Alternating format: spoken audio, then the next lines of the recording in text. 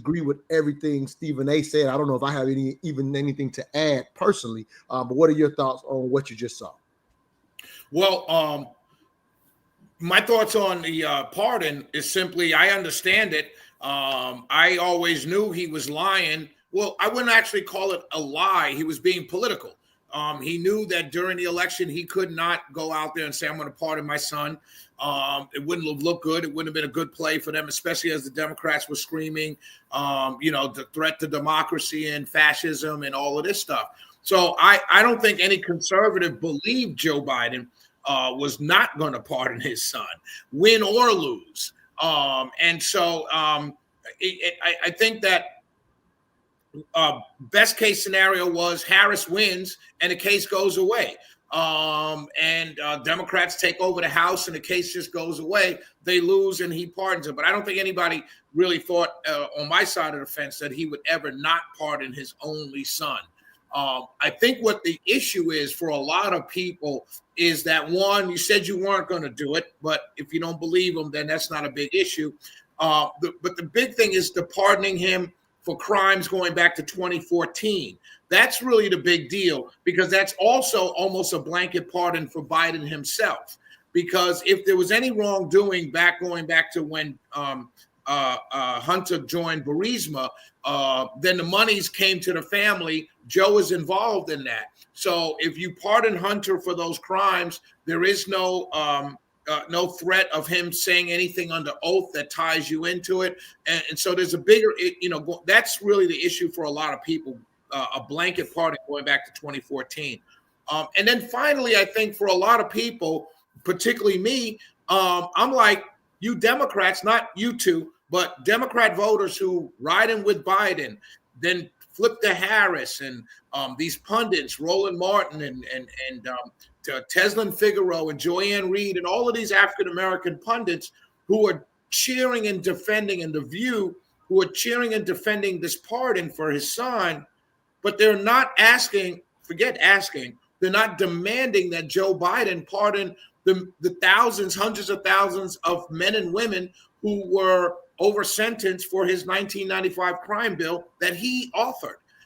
That should be the ask right now. Like, I don't care about Hunter Biden. I don't care whether he goes to jail or not. That is not my issue. My issue is you support this party, not you two, but there are people out there who are paid to support this party through thick and thin. They should be demanding that Joe Biden have pardons for many of those in our community who were unfairly prosecuted and unfairly sentenced, most importantly, based on his crime bill that he authored in 1994.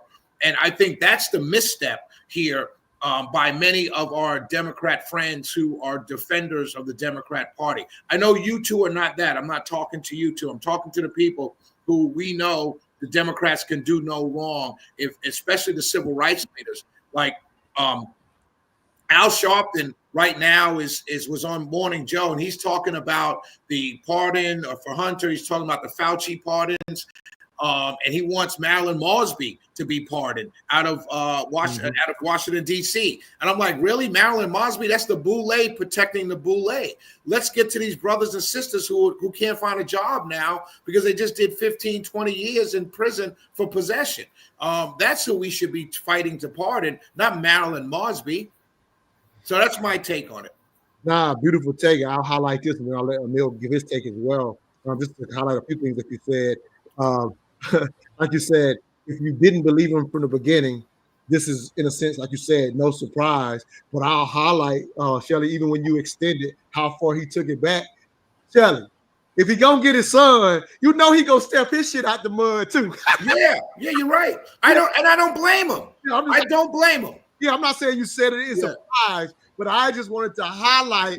Damn right, he gonna make sure he out of the mud too. Because one thing I expect, and for anybody that knows, I will keep highlighting. I am an independent, period, point blank. But I will highlight. It's no surprise that a politician is going to politician, if you will, as you said. He couldn't say, yes, I'm going to do my son, because at the time he was trying to be the nominee. So, of course, I'm by the letter of the law. But for me not to expect a politician to politician, would be ludicrous and crazy of myself. Go ahead, Emil. What are your thoughts? Again, I agree mostly with what Stephen A. said. I think Shelley presented some things, and I love Shelley's last take of politics. You should be in the game for what can you get, your self-interest, what's your ask. And I hear Shelley saying big missed opportunity not to have a loud and public ask that could help more of our brothers and sisters who may be in prison, as he said, just for drug possession. Like, that's a great ask, great take, in my opinion. Your thoughts, brother?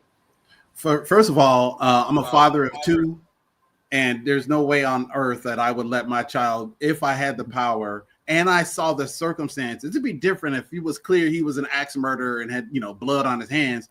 But we're talking about a politically motivated kind of prosecution that should have been pled out a long time ago. He offered to plea out, and the plea was rejected because of politics, right? Let's be very clear that there was a lot of politics behind Hunter Biden's prosecution versus a plea agreement, because he said, I'll do it. And he even said, I'll testify in front of Congress openly, but not behind closed doors. And there was a lot of politics behind that. So when you put all that together, it made sense to me that Joe Biden pardoned his son. And I have no heartburn whatsoever with it. I don't even have heartburn with the fact that he said one thing before the election and then after. Politics before an election and politics after election are always vastly different. We all know that. We have a president-elect who calls himself the law and order president, but yet pardon people who had clearly violated the law and were prosecuted under that law, and yet he pardoned those people. So we're going to have to look at the Office of Pardon Attorney statistics to really understand all this stuff about pardons. And you know me, I go to the source. So there is an office under the presidency whose job is to handle every single request for clemency. That's the word they use, clemency, right? Which is a pardon or a commutation. And if you look back in time, you can see the patterns of behavior, because they'll even go by years. So you can see early in a presidential term versus later in a presidential term. And what we're seeing is, I believe President Biden may have up his sleeve some of the things that Shelley just discussed. I don't think he's going to give a blanket pardon, which is very hard to do under the law as it is, but you have to go by name. However, I think you're going to see a lot of pardons come out in the next month or so as we lead up to January 20th. I wouldn't be surprised on January 19th if he does a whole lot of pardoning prior to the end of his term. So we have some questions that need to be answered. I don't have a problem with going back to 2014 because the source of all the politicization under Hunter Biden comes with his Burisma term. I don't know if Joe Biden did or did not, but I know there's enough investigation that if there's something dirty there, it should have come out already, and it hasn't yet. So either he's a master at covering his tracks, except for his son who made a big mistake, or there's nothing there. I can't tell you which, but I can tell you what my likelihood is, which means the pardon process is working as designed, and I have no heartburn with it. And I'm hoping, because in the circles I'm in, I hear the need or the request to have those brothers and sisters pardoned who were nonviolent offenders under federal law for marijuana possession. I really hope that he hears those pleas, because I've heard them, and I think they're a strong argument, without Hunter Biden's pardon being a part of the argument, that he should have a very liberal hand in pardoning those brothers and sisters, because they got caught up under a law that, and I'm not going to be one who says we didn't need that law back in 1994. I was alive in 1994. I remember how bad it was and how many innocent folks were getting caught by strays. I'm not saying it was a perfect law. I'm not even saying it was a good law, but I am saying something had to be done. And he was a person who sponsored the bill that ended up being a terrible law for Black people in America. But there was a need for something to happen, because there's a whole lot of crime that we just could not tolerate. And Black people in inner cities and across the country were screaming for better police enforcement. And Joe Biden poorly, let me say it very clearly, so when there's a sound clip done with these words, Joe Biden poorly answered that plea for help. And I like to give a little more context, just because, again, this is something that's near and dear to me.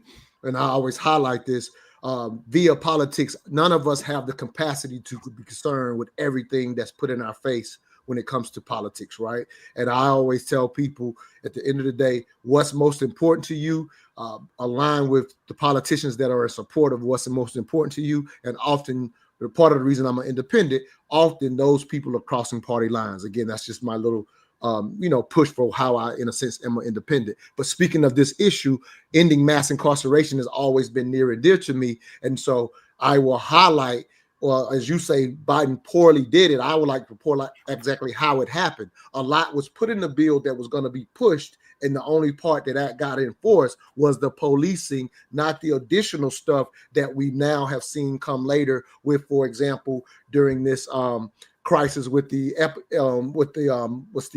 drugs now that all the kids are on now. Fentanyl.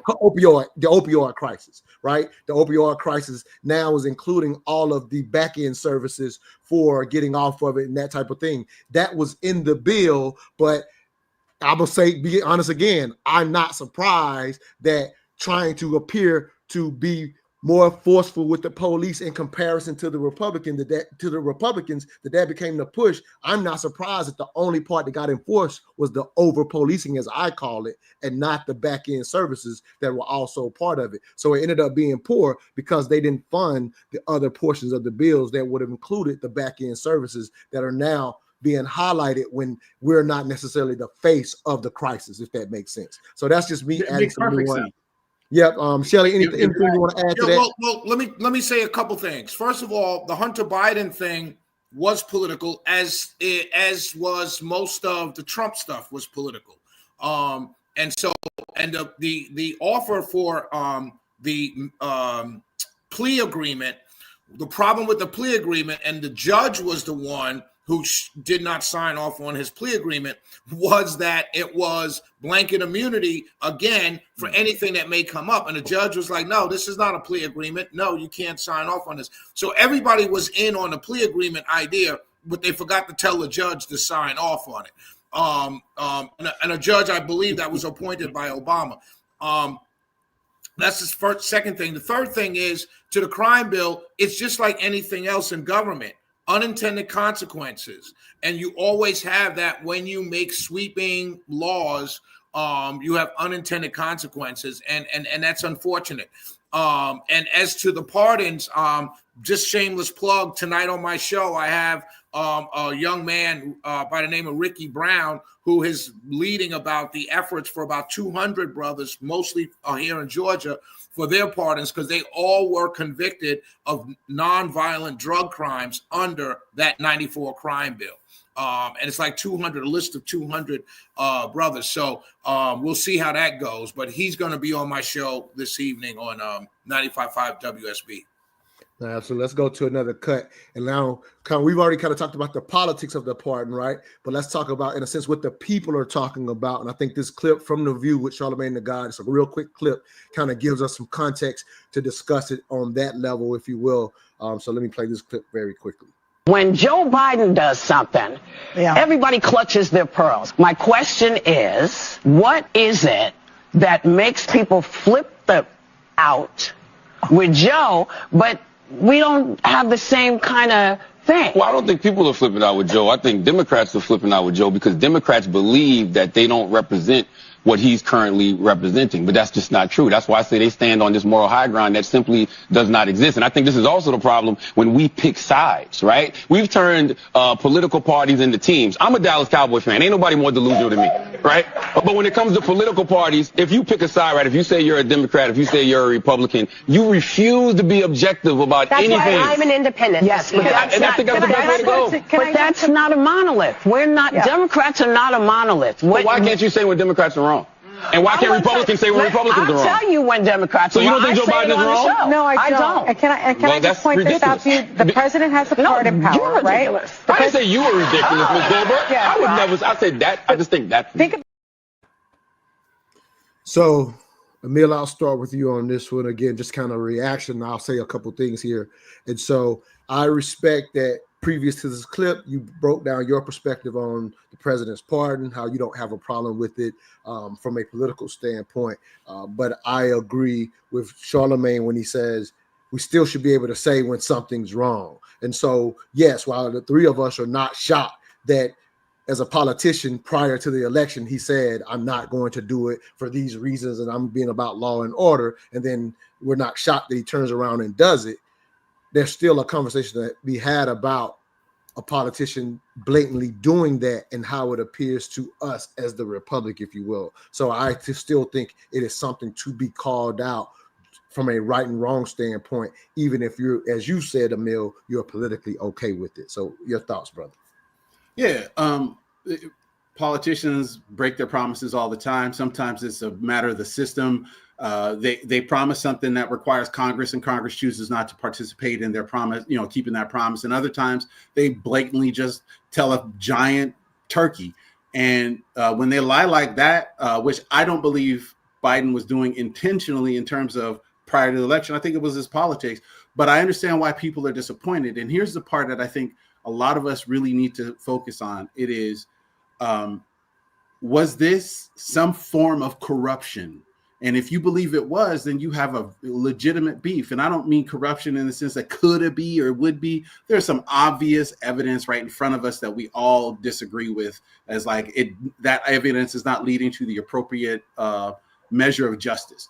But in this case, there was so much obfuscation and so much politicization around Hunter Biden's case. I just didn't see it that way. But I understand why people are upset. And one of the reasons why I think people need to be more upset, in fact, is not just because there's a seeming double standard. We know there's a double standard. That's not in question. The question is, are we saying, or are we seeing the double standard thrown at us as, don't let the double standard stand on one side of the equation, and on the other side of the equation, we're told the double standard is okay.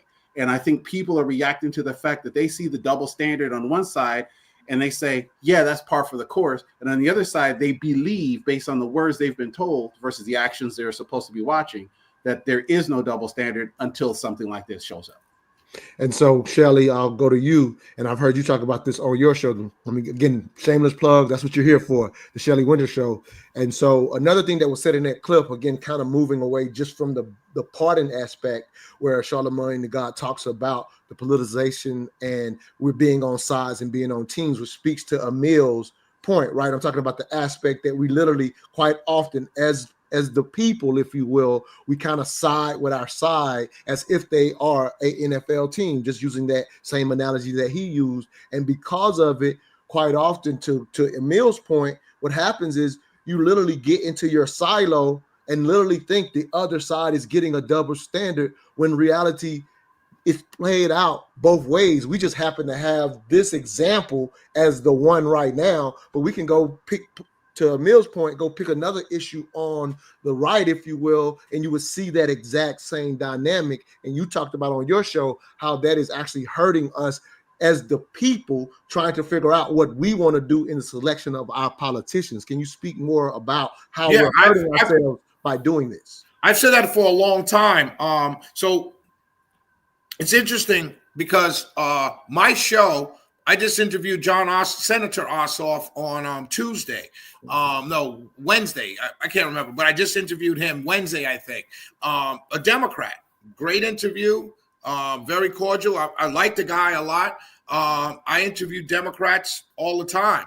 And I'm cordial, you know what I mean? Because like you two, I don't necessarily hate the other side. You know what I mean? Many of them are friends and family. And I don't think that everything a Democrat does is absolutely wrong because they're a Democrat. I think it's silly to think, and I don't think that everything a Republican does is wrong because they're a Republican, you know? So to Charlemagne's point, the interesting thing about Charlemagne, and I texted him this morning saying, good job on The View. The interesting thing about him is he's kind of since the election, and it's very fascinating to watch, but he's kind of acting like he wasn't down for Harris, you know, through thick and thin during the election. Now, he did say a couple times during the election, like, you know, different issues and stuff. But for the most part, I was down for Trump and people like him were down for Harris. And he's kind of playing this independent role right now, which is smart, which is probably who he is, right? And I think that everybody, I had a person say to me that what was it that, when I had Ossoff on, a good friend of mine said he's going to be easy to beat his reelection because of his vote on the Israel being getting more aid, and he voted against it. And I said, well, no, that's not necessarily true. She said he's going to lose the Jewish vote. I said, that's not necessarily true, because the Jewish vote, like the black vote, is pretty solidly Democrat. Yes, it is. So that's not necessarily true. But she's a Jewish Republican. So in her mind, that vote ended all opportunities for him. But not realizing, as a Republican, you were never going to vote for him anyway.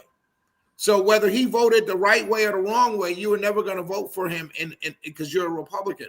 So my point is, we've got to and I mean everybody, has to get away from the teams. The only people that should be on a Democrat team or a Republican team are those who benefit financially, get paid from being on that team, period. If you're a regular voter and you have no ties to anybody and no one's paying you a dime to knock on doors or anything like that, you should just be looking at issues as standalone issues, and your opinion on them should be based on what your principles are on your own, and that's it. I posted about the pardons for black men and women who are caught up in that crime bill, and all my conservative Facebook friends cheered me on.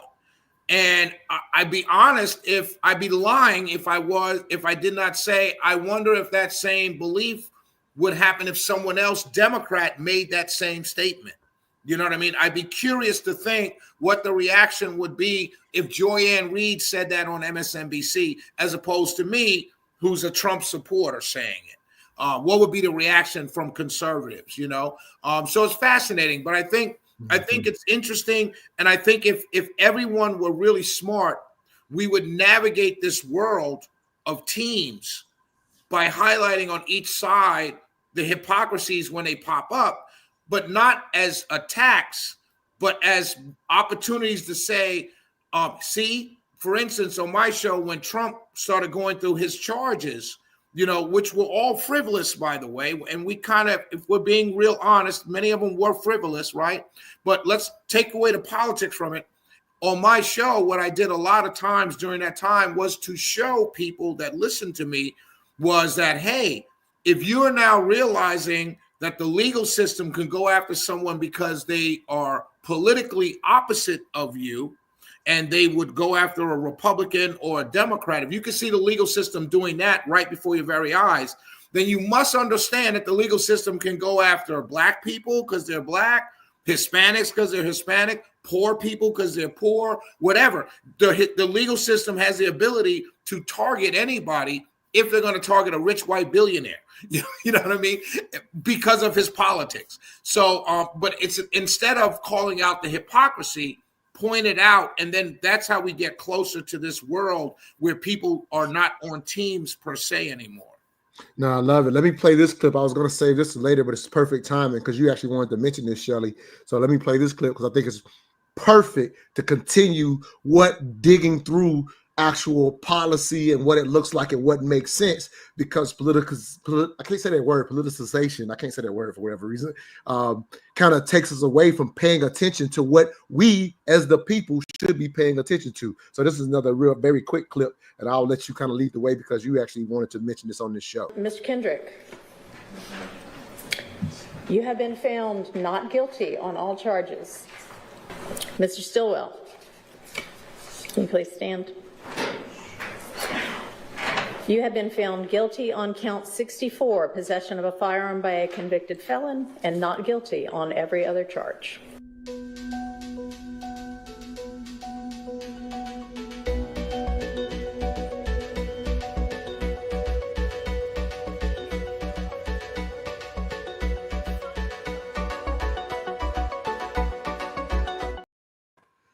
So just a quick brief, I don't know how familiar you are, Emil, with the YSL trial. Obviously, me and Shelley are here in Georgia, so this was big news. Obviously, it made national news too, but we're here in Georgia, if it makes sense. And so, Shelley, you wanted to highlight a unique perspective in reference to if you will, Fani Willis, obviously being the DA on that trial, and with that clip that where I'm probably pretty sure people couldn't read the writing, but it was just highlighting that in a sense she's the long-standing DA in the event of not letting go of what's happening with the pushing charges against Trump.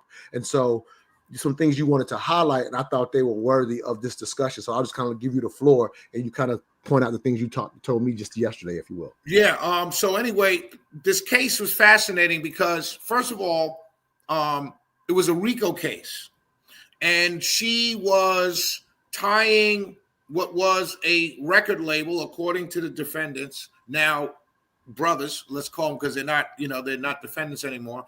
But it was a RICO case, and so she alleged them to be a gang, an organized gang of men, and their contention, their defense the whole time was their record label.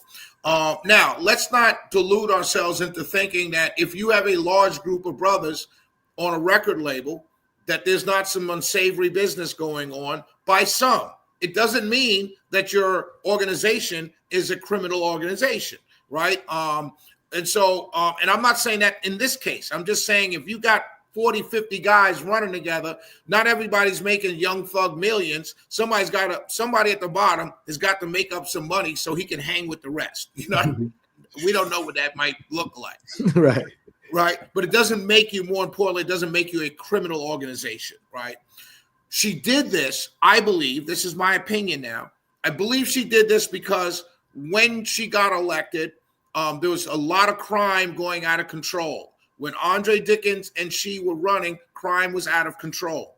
And she ran on to toughen up on crime. Buckhead City was a movement to separate Buckhead from the city of Atlanta.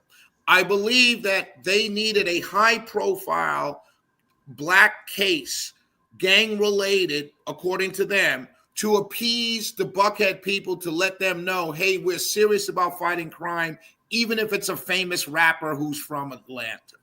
And I believe that was the case with this case. That's my opinion. Politics are in everything. Because the Buckhead City movement pretty much died on the vine, right? After that case was dropped. Also, Fani Willis, also at the time, they alleged that these men were responsible for 50 murders, which was the prosecutor's argument for no bail. That if we let them out on bail, they're going to threaten witnesses and they might commit crime, this, that, and the other. So these brothers sat in jail for 2.5 years with no bail, only to be found not guilty on every charge. And to me, that is disgusting. Not from the jurors, but from the prosecutor, because that shows me you had no case whatsoever. The only guilty verdict was the gun charge, possession of a firearm. Yeah, gun charge.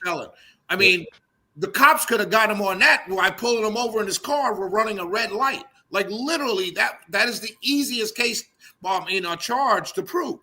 And you sat in jail for 2.5 years for that. There are other people sitting in jail right now in Fulton County Jail. This is not the sheriff's fault. Let me say this: the sheriff just the sheriff just holds. The prosecutors charge. So you do something wrong, or the cops think you do something wrong. Maybe you did I don't know, but they put you in jail. It's the sheriff's job to hold you there until the prosecutors do something with you. That's it. Anybody's been to traffic court or been arrested for a traffic violation, you don't deal with the sheriff when you get out. Somebody from the prosecutor traffic division gets on a video camera and looks at you and says, Mr. Wynter, can you get your license straight? Your court date is here. Pay a bond and go on home. Now, it might inconvenience you for several hours, but that's the process. The prosecutors are the ones that deal with this. Mm-hmm. And so there are a lot of people in jail, sitting in jail, because she is focused on the YSL trial and she's focused her resources on the Trump trial, both of which are dead. They're dead. The Trump trial is going away. Robert McBurney, the judge, just told her that she has to turn over all her correspondence with Jack Smith's special counsel and also with the White House counsel, which is a huge, huge deal. Because if she's been shown to be working with the White House, going after the White House's chief competitor or opponent during an election cycle, it's election interference, it's prosecutorial misconduct. I mean, she can get barred. Disbarred, excuse me. Let me push you to this part. I'm getting there. Yeah. Go ahead. Yeah. So I'm right here now. This woman just got overwhelmingly reelected. And I think it speaks volumes as to this lack of sophistication by Fulton County voters, by voters in general, when this happens. She is clearly in over her head, or she went above her head when she tried these two cases, which are falling apart. She gained a lot of national fame for going after Trump. She gained a lot of area fame for going after YSL. Both cases are dead. And I think that we should, as a voters, we should look at this and say, wait a minute, it shouldn't matter that went to Howard, black woman, sorority, Drinkgate, Grey Goose, whatever it is, those things shouldn't matter. I should be reelecting you or not reelecting you to this office based on the job that you've done as a prosecutor. And your two major cases, you failed.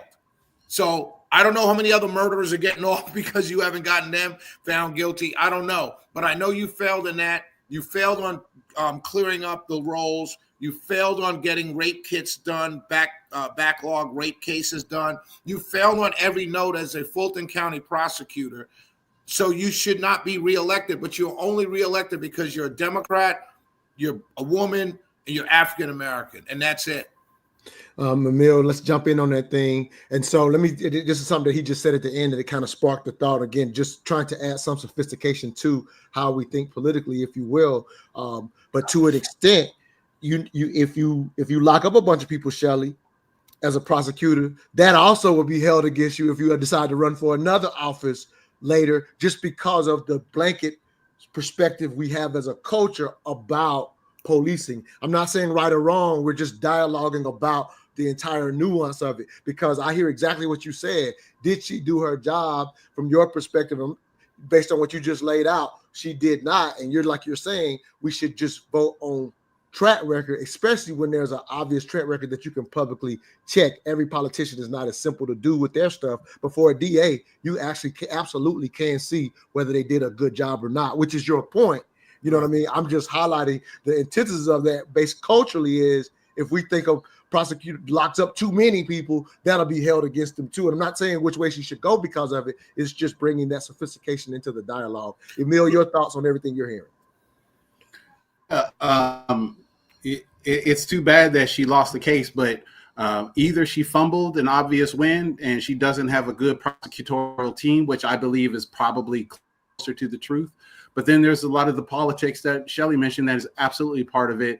And she was elevating her status. And had she won, she would absolutely be a high profile national figure if she had won either the YSL case or a case against Trump using the RICO statutes.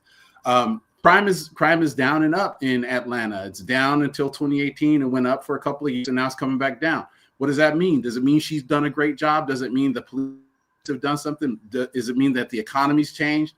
These are all factors that people are going to be looking at to see whether or not they should reelect her. But in fact, my biggest rub with all of this is, and let me go one step further, not only are these two brothers no longer defendants in this case and they are acquitted except for one charge, but 6 other brothers are having their cases dropped by the Fulton County Prosecutor's Office who are related to the YSL case. So had she won this, those brothers would probably be lined up for more prosecution. And now that she lost, whatever evidence she was using in this case obviously wasn't strong enough to win here. So she's not even going to try those other cases. I think it's about 6 other brothers. So we have some evidence that she's not doing as effectively a job as she could or should be doing. And perhaps it's incompetence. Perhaps it's something else. But what it is evidence. And what Shelley said is 100% true. Voters need to start using evidence to decide how they want to proceed. And one of the things we've talked about, you and me, Montoya, in the past is how Black people are used to prove someone is tough on crime, right? very rarely are you seeing tough on crime followed by white collar crime statistics, right? You're seeing tough on crime in this very gritty sort of violent crime or property crime sort of way. And that's almost always associated with Black people in America. So when she says, I'm doing X, what's the evidence? And it looks like the evidence is now no longer in her favor with these two cases. And unfortunately, Black men's lives were the balance between whether or not she was seen as effective as a prosecutor or if she was seen as ineffective as a prosecutor. There are plenty of white collar crimes and plenty of non-Black defendants who could be also queued up as whether or not this particular prosecutor is tough on crime, but we're not seeing that. And so again, if we elevate our vision just a little bit, it makes you think, what makes someone tough on crime? What are the crimes they're prosecuting? And why does it always seem like Black faces are in the middle of that conversation? Right. That's exactly right. Absolutely. And not only that, Emil, I want to say this, Montoya, I apologize. Just go ahead. One sentence. If Fani Willis was a white woman or white male who was a Republican, the marches would not have ended until those cases were adjudicated. If those were white people as Republicans in those positions, there would have been marches constantly. Ben Crump would have gotten a house in Atlanta and lived outside of Fulton County Jail. And that's the despicable part of all of this. I love what you just said, Shelley, because what if you're listening, we're just challenging our community to get more politically conscious, right? That's what we are, politically conscious. And so what he just said, it's not about Shelley's politics. We're just talking about the clear and evidence of how we as the people can be all used as tools. That's what that analogy he just gave shows. He's absolutely right. Had those been the faces of those going after them, then we would actually have politicized over a rapper. Like, let's be very honest about what we as the people can be moved by. And the rapper has been on record years ago saying he cares nothing about our community. He said that publicly before. This is not a shot at That's not a shot at him. It's a shot at us, at how we can be used and to become aware of not being used in that way and paying attention to what matters. That education and level comes on us in order to be smarter in that voter booth. Yep. And that's what we are challenging with this show. And let me be honest. If I can be honest, I'll be honest as much as I can all the time. You know, I mean, sometimes I may say something and it turns out not to be true, but I didn't mean it to be a lie, right? But let me be completely honest right here. I don't know that I honestly, if those people were Republican prosecutors prosecuting Young Thug, I wouldn't have been an attacker of Young Thug, you know, in defense of them. I can be honest about that. I don't know. I don't know how I would have handled it, but it's because it's not there. But I do know, based on history, I may have been one to say, no, she's doing the right thing. She's protecting us from these violent rappers, you know. I don't know. But all of us are guilty of it, and we need to stop. Be aware, become aware. Now, I got to call out my brother for this last segment of the show. I've told him I was going to call him out. So we're going to play. Which is why I'm here, ultimately. Yeah. I'm glad he came back when I cut him in, because I was like, I'm gonna play your cut. I'm gonna call you out. I wish you could be on the show. And he was like, cool. I'm gonna man up and be on the show. So here we go. All right, I love it. Let's do it. You're on the list. I said, okay, I appreciate it. So I'm waiting to get him on the show.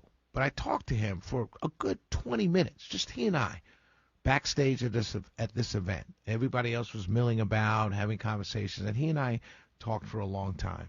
And one of the things that I got from him was that he wants to set things straight. You remember in the last couple segments ago, I asked Carolyn Bordeaux, I said, Carolyn, how can we fix this? How can we fix this politicization of government? How can we fix it? And you noted her answer. Well, that's going to be a tough haul. She's right. But this is one of the things Kash Patel wants to do. Now, the way you do that is by getting rid of the corruption. And I'm thinking to myself, why would people, particularly on the left, who has always traditionally seen the government as corrupt. Why are they so outraged at this pick? Is it because they know they're dirty? Andrew McCabe, you know you got some skeletons in the closet. John Bolton, you know you're going down. You know you're corrupt. These guys are outraged. Oh, my God, it's the worst pick ever. I thought Matt Gaetz was the worst pick ever. And so it goes back to why, take away from the fact that I met Mr. Patel and we spoke for a moment, I see what he's doing. I see what he wants to do, and I'm all for it. And it's kind of the way I started to like Donald Trump. If all the people I distrust, Andrew McCabe, Kristen Welker, Senator Murphy, John Bolton, the warmonger himself, if all those people are outraged at Kash Patel being the FBI director, then I'm tripling down on Kash Patel for the FBI director. Because if the people that have been lying to me over decades, the people who have done unsavory things all around this country for decades, the organization, the agency that went after Martin, Malcolm, Marcus, or not Marcus because he wasn't around, but the people that went after the anti-war movement, the people that inserted themselves in movements that were trying to help people, whether they're black, white, poor, rich, whatever. They were trying to help the people. And this agency historically inserted themselves into these groups to cause mayhem and chaos and to drive a wedge in between the leaders of these groups. If that agency is opposed to Kash Patel becoming the director, then I'm all the way in for Kash Patel for the FBI director. And let me end with this. It is fascinating to me, my friends. It is absolutely the most fascinating thing I've ever seen in my entire life. To see African Americans at all levels decrying reformation of this country, of the government, of the bureaucracy. Anybody in the African American community that believes health outcomes could be fixed, educational outcomes can be fixed, economic empowerment outcomes can be fixed. Why in God's name would you jump up and down and not want it reformed by people from outside these traditional institutions? Why would you continuously defend the empire while calling me a sellout? Shelley Wynter Show. I saw nothing wrong with that.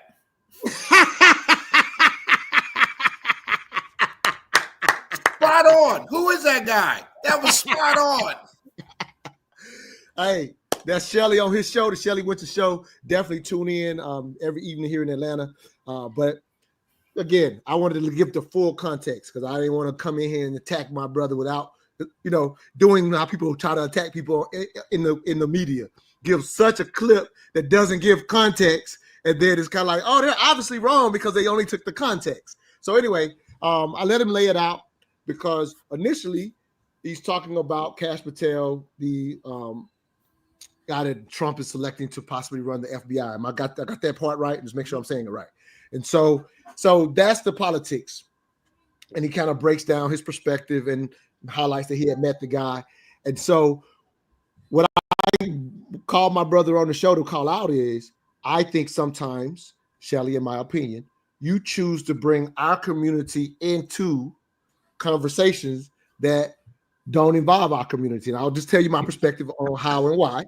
I think it's similar to what Emil just highlighted, how Black men are the fodder between how you want to be tough on crime, and it has nothing to do with it. So I would highlight that you pointing out, for example, if I walk down the street in Atlanta right now and survey 20 brothers, they probably don't know who Kash Patel is. And I know your point wasn't specifically just about that. So I do want to make that clarifying point before I give you the floor back. But I'm just highlighting they wouldn't know who Kash Patel is. I'm from a small majority white town back in South Carolina, just as I'm talking about the brothers wouldn't know who Cash Patel is. If I go over to the Mill Hill side of my town and walk through that neighborhood and ask 20 white guys who Cash Patel is, they would not know either. And so I'm kind of pointing it out because you set it up talking about something very political, and political pundits obviously are talking about it, and some people are against Patel. You're saying why you're for him. I can even imagine you've specifically seen Black pundits who are berating this pick. So from that perspective, I see how, in a sense, you can see a Black face being brought in. But when I say this has nothing to do with Black people picking the empire, it has absolutely nothing. And so I would offer you do a disservice to volunteer that when you, because you actually said on all levels. So to me, that's not just the political pundits, but that's middle class and those who are poor are doing this. And I think it does our community a disservice when it's something we absolutely don't care about. And I would challenge you and offer you not to input us almost as political fodder. That's how I see your use of that. Go ahead. So let me tell you. Let me tell you this. I talk in 9-minute intervals on the show. My segments are 8 to 9 minutes. And it's just me, right? It's no co-host and nothing. It's just me. So, and I don't have a script. Like, I don't go off. I don't type up anything. I don't have a teleprompter. This is literally freestyle rapping every single night, right? In 8-minute segments. My 16 bars are 8-minute segments. And what happens is that conversation about Cash Patel, when I get to the 5.5-6 minute mark, right, I have a lot more to talk about. But a shiny quarter pops up in my head. It's in my mind. It pops up. It just comes in there. I'm telling you the truth. Let me first say, I'm not arguing with you. You're absolutely right. There was no reason for that last minute in that segment. I could have talked another 8 minutes the next segment about that. There was no reason to put that in there. But when the thought about Malcolm and Marcus came in, which was an excellent tie-in, end tie to the Cash Patel thing. I agree. Because if he goes in there and he's reforming the FBI, I can knock on his door and say, "Yo, Director Patel, who shot Malcolm?" You know what I mean? Who shot Who shot Melvin? Mark. So I can do that, right? Not me personally, but we can do that as a country, right? So that's where it should have ended. But in this mind that's constantly moving, that has stuff that I picked up throughout the day, that's very influenced, and I'm being honest, that's very influenced by my Facebook, that thought pops in my head.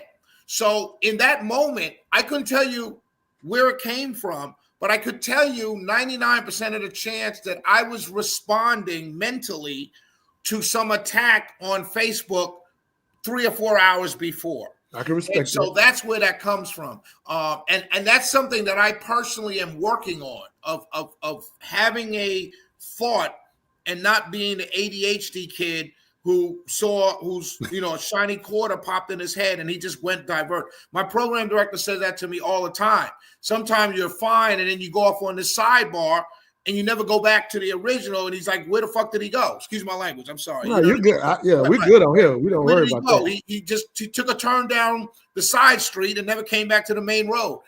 So that's where that comes from. And you're absolutely right. When I look back at the clip, I was joking when we started. When I look back at the clip, I'm like, damn, where did that shit come from? You know what I mean? It just came out of the blue. Because I was not talking about that. I was talking about Cash Patel. So you're right. That's the beauty of us, why we have conversations, right? Like people ask me all the time, how are you still friends with Shelley? Because these are the dialogues he and I have. Right. And the thing is, I respect you for being a one to come on the show, knowing that I was going to call you out, but I'm not surprised that our dialogue is just an honest one. And sometimes we still disagree. So I would like to highlight, and this is, in a sense, a chance for me just to even remind you how even a moment like that can appear. Because now I respect and understand. not even what it appears, it's the truth, what it is. You know what I mean? There was no reason, if I was sending a clip to some higher up in media to get a job or to, whatever the case may be, that wouldn't have been the one I sent. Or if it was, I would have clipped it before I went there. And it's not because of race. It's because it really had nothing to do with the overall point. It was a sidebar. And if you're going to do a sidebar, the human mind does a sidebar in the middle, but it doesn't do a sidebar at the end. Because if you listen to the end, then you think the whole point of me talking for 8 minutes was to get to that point, which it wasn't at all. Not fair enough. And now that's just the logic of it. So now if I could just continue this just a little bit in the middle, you can kind of give your assessment of, me and my brother going back and forth on this issue. I just want to let you know, not only as clearly you're aware that, that, like you said, that shiny quarter happens, whatever. And so, I listen to a lot of your shows or whatever. And so I will highlight, just to throw this out from a subconscious standpoint, you do have a tendency to do that. And I'll say with our community. So I just want to make you aware of it.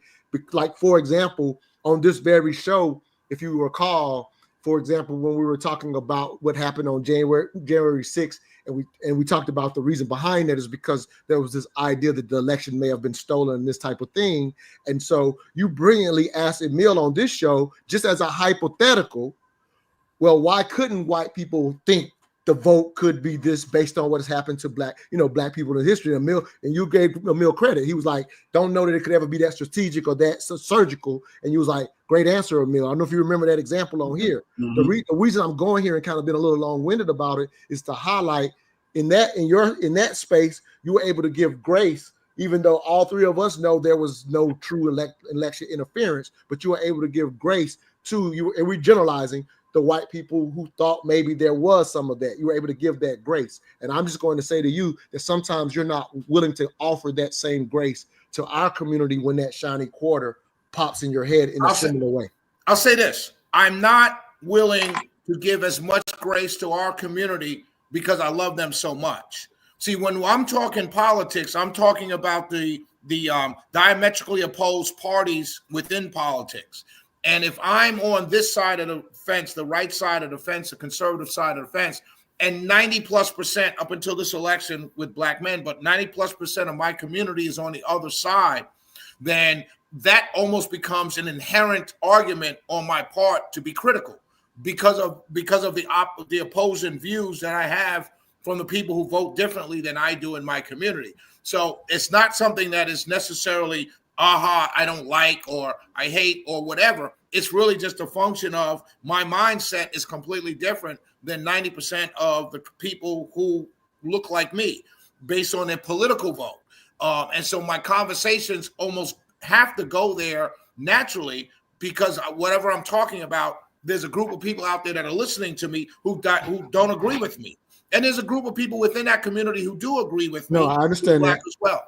No, I understand that. Let me say this. I'm gonna let Emil jump in. And so what I'll apply that what you just said, I understand. My challenge to you is you're so logical, and this is how we are as humans. So I guess what I'm hearing is because you're passionate about our community, right? And where passion goes, sometimes we're not as. What I'm saying is you will kind of rely on a passionate argument that doesn't give grace from a logical standpoint. I'll give you a quick example so you understand what I mean. So when we were having the dialogue about, when I corrected you about, it was 15% of people that actually went into the,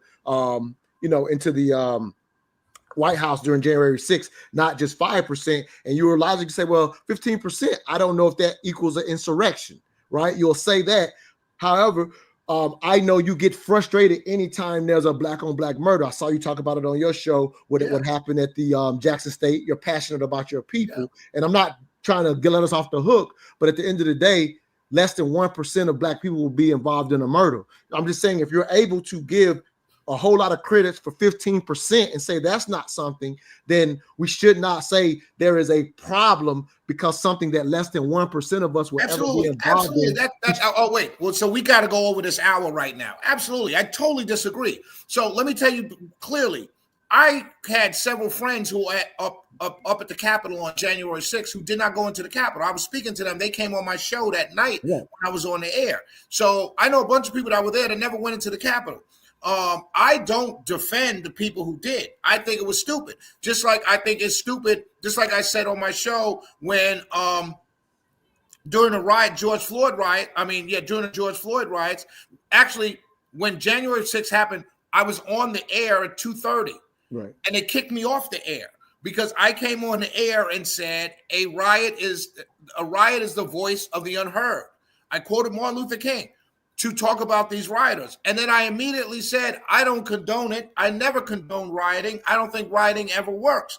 But I understand why these people are mad, right? And that's all I said. So I'm not defending them. I just understand their anger. I don't think that OJ should have killed 2 people, but I understand seeing your ex-wife collecting your alimony or whatever it's called and riding your expensive car with some other dude. I understand why you would be angry, but I don't condone the murder of him of them. Yeah, and I'm not suggesting that you are. I'm not saying that. I'm not saying that. I'm not defending the but you give I'm not saying you're defending those guys that went in, but the blanket statement to the entire group is you were trying to protect the entire group to say, hey, only 15% of those who I don't condone did it. So I want to be clear. Right, but that's totally different than. But you're saying only 15%. Right.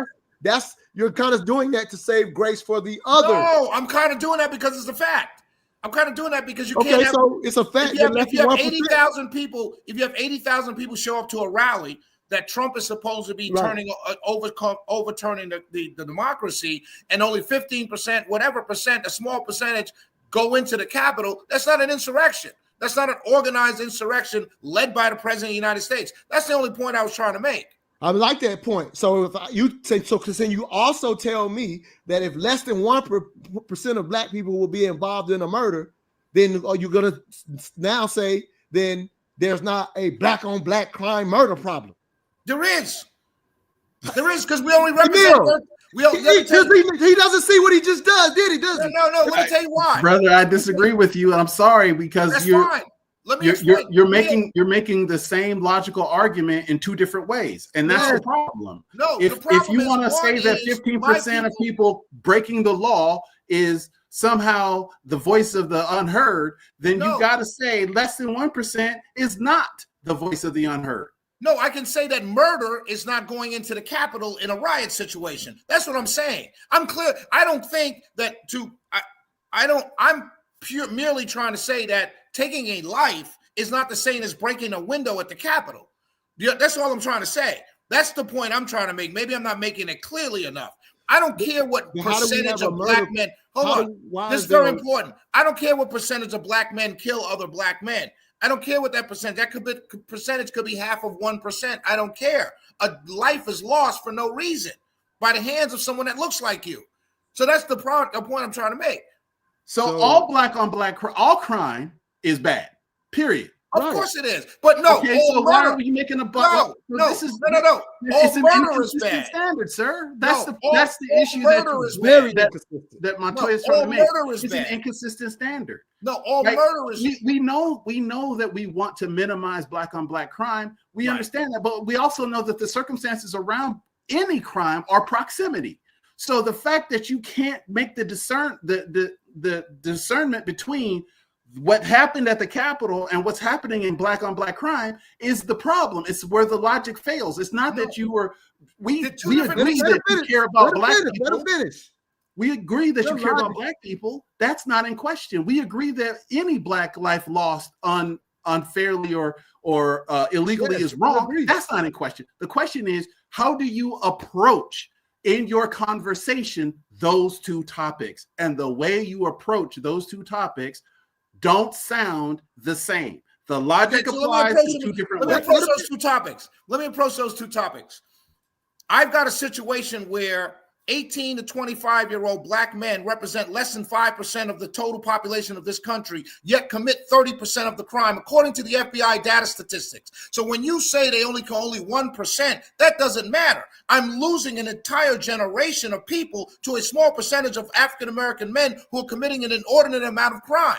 That is completely different than a bunch of white people going up into the Capitol and not killing anybody with no weapons. I don't even understand, to be honest with you, how we're even having this discussion as to the sameness of the 2 things. The logic No, it's not the logic. It's the same. No, the logic is out the window because you're comparing. You're limiting the context, Shelley. No. You're just yelling and not letting nobody talk. No, I'm saying the logic is illogical because you're comparing going into the Capitol to murder. You just broke down in a beautiful elocution. You just broke down in a beautiful elocution, Shelley, why you are so passionate about black on black crime. It was beautiful what you just said, but that's not the same case and logic you were applying to those two issues, black on black crime versus what happened at the Capitol. And that is the problem. They're not the same. We're not saying they're the same. We're saying the way you approach the logic is. Yes. The way I approach the logic cannot be seen as any way indicative of my logic or anything else because they're not the same. I'm simply telling you that a bunch of white folks went into the Capitol with no weapons arguing about an election. And I understand their anger. So let me give you the same. I'll give you the same. I can't for the life of me. Yeah, I got it. I got you. Here's the same. Here's the exact same. So early in February, because I saw your take on the show about this. So early in February, there were 4 murders across PWIs of white people or whatever that happened all within the weekends, like 10 days, maybe less, right? And so there was an uproar about safety and how the schools actually do their stuff and what can we do to make our colleges safer, because some of them are open campuses because of those particular situations. And so what happened is that was the outrage, and that's how politics handled it. Okay, when we had the weekend where, unfortunately, because I'm passionate about our lives as well, just as passionate as you, if not, I wouldn't even say more, but just as passionate as you. And so that was the talk of how that was handled when those 4 white people were killed earlier this year. When we had that weekend just recently where that guy takes an AK and ends up shooting someone at which school was it? In Alabama. Tuskegee. Yeah. And so there was a couple of other incidents that same weekend. And so here's making it the same. The same is no matter how much outrage the 3 of us and all of America have, we're not able to fix those PWI campuses.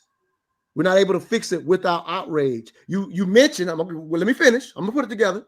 You mentioned during your segment when talking about it that the shooter problems that we have with people doing these mass shootings, and a lot of them have mental health issues, right? So no amount of outrage that our country has been able to stop these shooters from coming out and affecting our country by being mass shooters. When you had those situations in our HBCUs, you're on the radio saying, I have to come on the radio and be the one to talk about because our community has a problem. Because when you're upset about it, you believe that somehow our outrage is somehow what's going to solve the HBCU problem. You have some concept that the outrage could actually solve the problem. Let me say something. Let me finish this. As if it's not important to us. Like when you're going to want to be the lead. Let me say something. Hold on. Let me stop you, man. I get it. Let me say something. Wow. Okay. So what I saw after the HBCU shootings was almost criminal lack of coverage, which is what I was responding to. During that segment, I also said that man who took an AK-47 into a crowd of people clearly has mental issues, no differently than any other shooter. Right? The reason why I was so mad was because it was in the middle of an election and it was almost buried as news. The PWI crime was not buried as news. When a white kid shoots up in high school, that's 4 days worth of coverage. I'm in the media. I see it every day. When a black kid shoots up the parking lot of a high school, it's a crime story that's in and out and it goes away.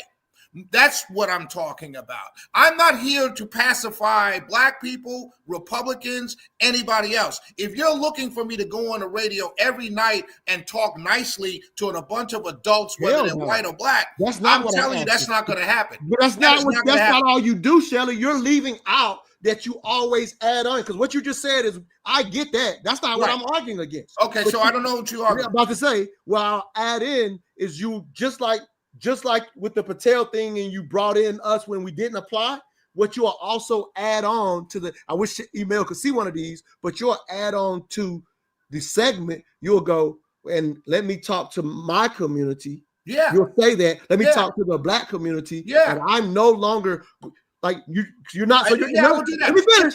So when you're doing that part, you're not highlighting that there's no coverage. That's not what you're doing in the part that I'm talking about. So listen to me. I am there to talk on the radio. I'm not there to make anybody feel good about their color. I'm not asking you to make nobody feel good. I'm asking you to bring in something that's not factual. Let me finish. I'm not asking anybody to feel good about being white, black. I don't really give a you know what about that. I'm bringing in the context in whatever situation it is. I will admit in the Cash Patel situation, that wasn't a situation of something being said that shouldn't have been said. That was a simple situation of this not great radio, because I didn't need to tag it at the end with that, because it had nothing to do with the larger point.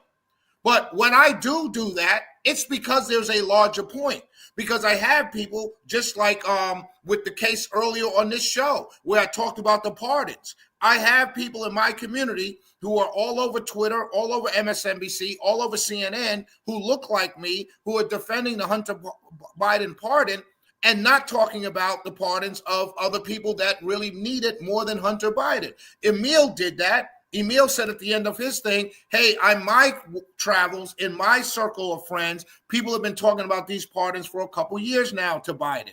And I understand that because I know the people in my community or on my side who are doing it as well and trying to get in touch with Trump or Biden, whoever won that election. So when I do that, sometimes it's out of the blue, like the Cash Patel thing. Sometimes it's a real effort to bring in the what I would call my hardcore Democrat listeners to say, hey, listen, this is silly. You're not paying attention to this. So, I mean, I'm not sure if you're telling me I shouldn't bring black people in unless I'm talking about a black issue. No, that's not what I do. That's not what I'm telling you. That's not what I do. But I do want to say this, all things being equal, I got to go. Yeah. But I do want to tell this story about how blackity black Montoya is. So, and how blackity black I am. So I am, as a man, not bringing race into it, was low on some cash and needed a loan. So I reached out to my dear brother Montoya, right? Hit him up through text. Didn't even have the respect for him to call him personally. I text him, right?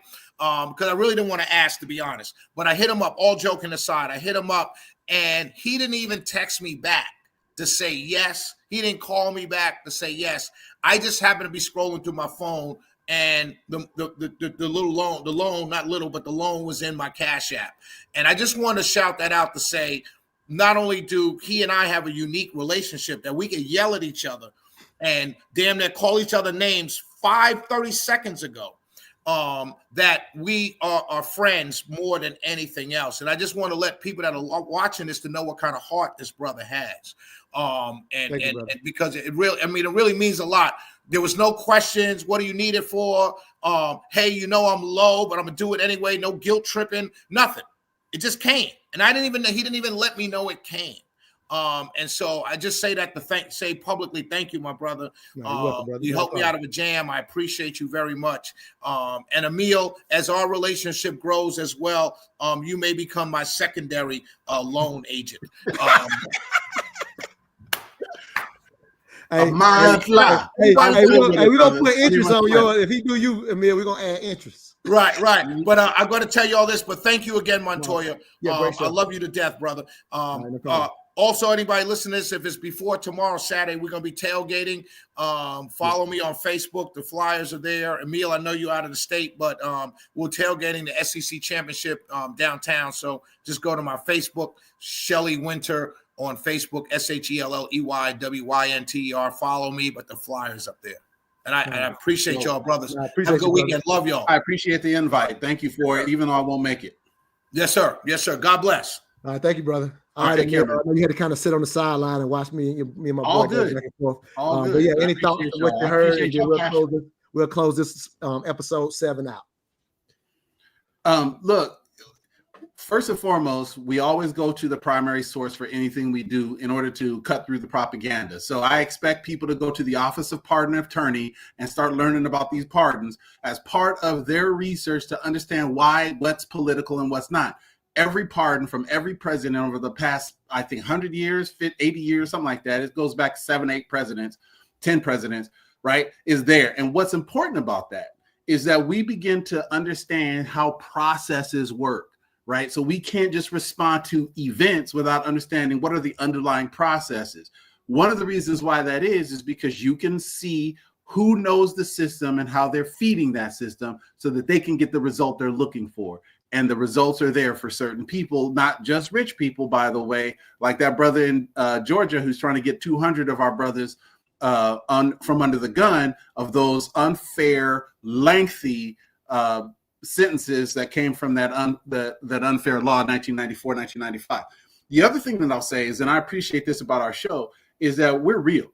We're here to have real conversations. And so part of it is that we're trying to push each other to not defend a position, but to help our listeners and our viewers understand why we see what we see. Not just, I'm over here defending Hunter Biden's pardon. No, I see what's going on, and here's what I unpack when I see that pardon. And then you can disagree or agree with us, but you got to go do the original research like we're doing in order to come up to the conclusions we're coming up to. And we're trying to save some people having to do some of that. That's kind of what we're here for. And this is the point. Like, that's why I tell people I try to every show give them at least one original source so you can do your homework without having to figure out what is a real source or not. The real source always comes from the originator of the data. The Office of Pardon Attorney is the originator of the data. So you don't have to wonder what NBC News is saying or Fox News is saying. No, there's a source. So with that, Montoya, this was a great show. Always appreciate it. All right. See y'all on episode 8. We'll pop up and let y'all know when we popping up again. All right. Stay in the back end, brother. For sure.